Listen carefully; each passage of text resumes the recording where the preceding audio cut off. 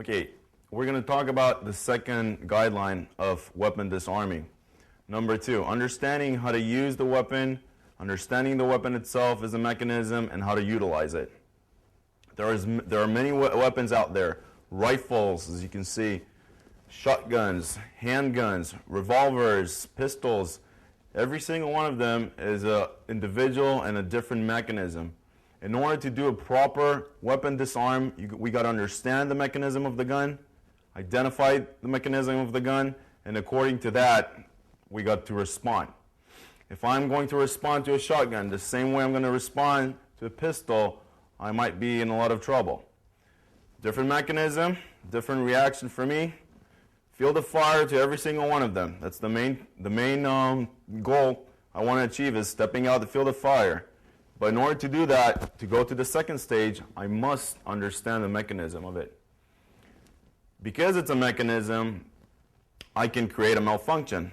A mechanism got to have some kind of a system inside in order to keep it flowing every time over and over again. Knowing and understanding that mechanism, I can control the way I'm going to jam it and create a malfunction. Unlike edge weapons that they never jam, since they're one big chunk of cutting metal that never runs out of ammunition. In guns, and any weaponry in general, all of that is canceled if I know to recognize and to understand the proper mechanism, identify it, and according to that to react. Okay, we're going to talk about also not just the mechanism itself. I also got to understand and identify some kind of accessories that are on the weapon. One of the most common accessories is the sling. Sling is used to carry the rifle, as you can see here, connected all the way from the bottom, from the stock, up to the barrel. I'm going to utilize the sling in order to perform a takedown technique.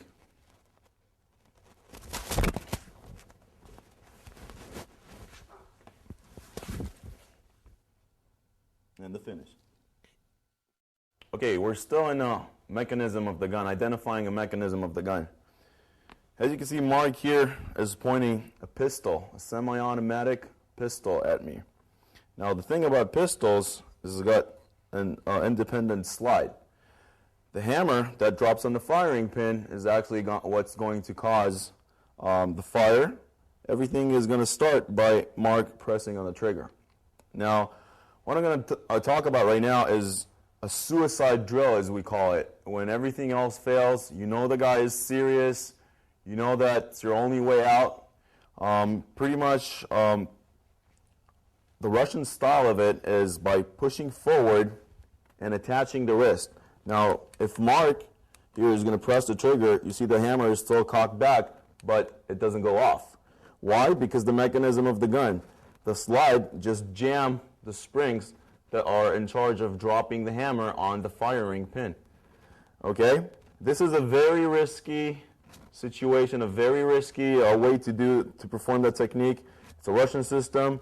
Back in Israel, that it's not really popular. We don't like it just because of the simple fact that I don't want a full loaded gun pointing really close and tight into my body. Therefore, we choose another option, especially if I got a little bit of a distance and I see the guy's intention are serious. What I'm going to do pretty much from here, I'm going to grab the wrist to fix his hand in place, and at the same time jam and slide forward the slide. As I do that, I might get shot in my hand, but that's the sacrifice I'm going to take. And quickly as I can, I'm going to slide my hand onto the chamber, and at the same time holding and fixing his wrist in place. Now you can see as Mark is going to press the trigger, nothing is going to happen. And from there on, we're going to carry the techniques. I'm going to demonstrate in one fluent motion. Hasta la vista, baby.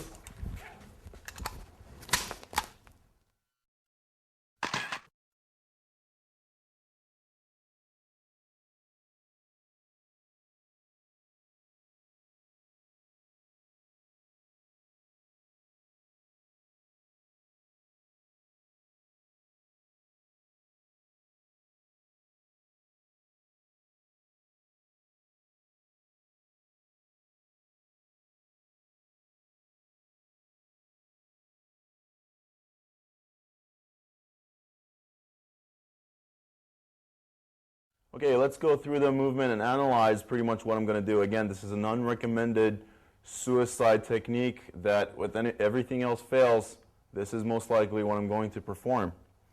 As the guy points the gun from a distance, I want to step out, feel the fire, jam by sticking my hand into the barrel. As I do that, I fix his wrist in place, sliding down the slide.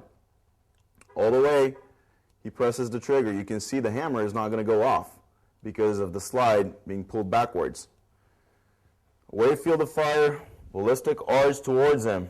Now, in any given moment, I decide to let the slide go. If he doesn't pull the trigger, guess what? I'm going to help him out with that, but this time it goes straight into his body.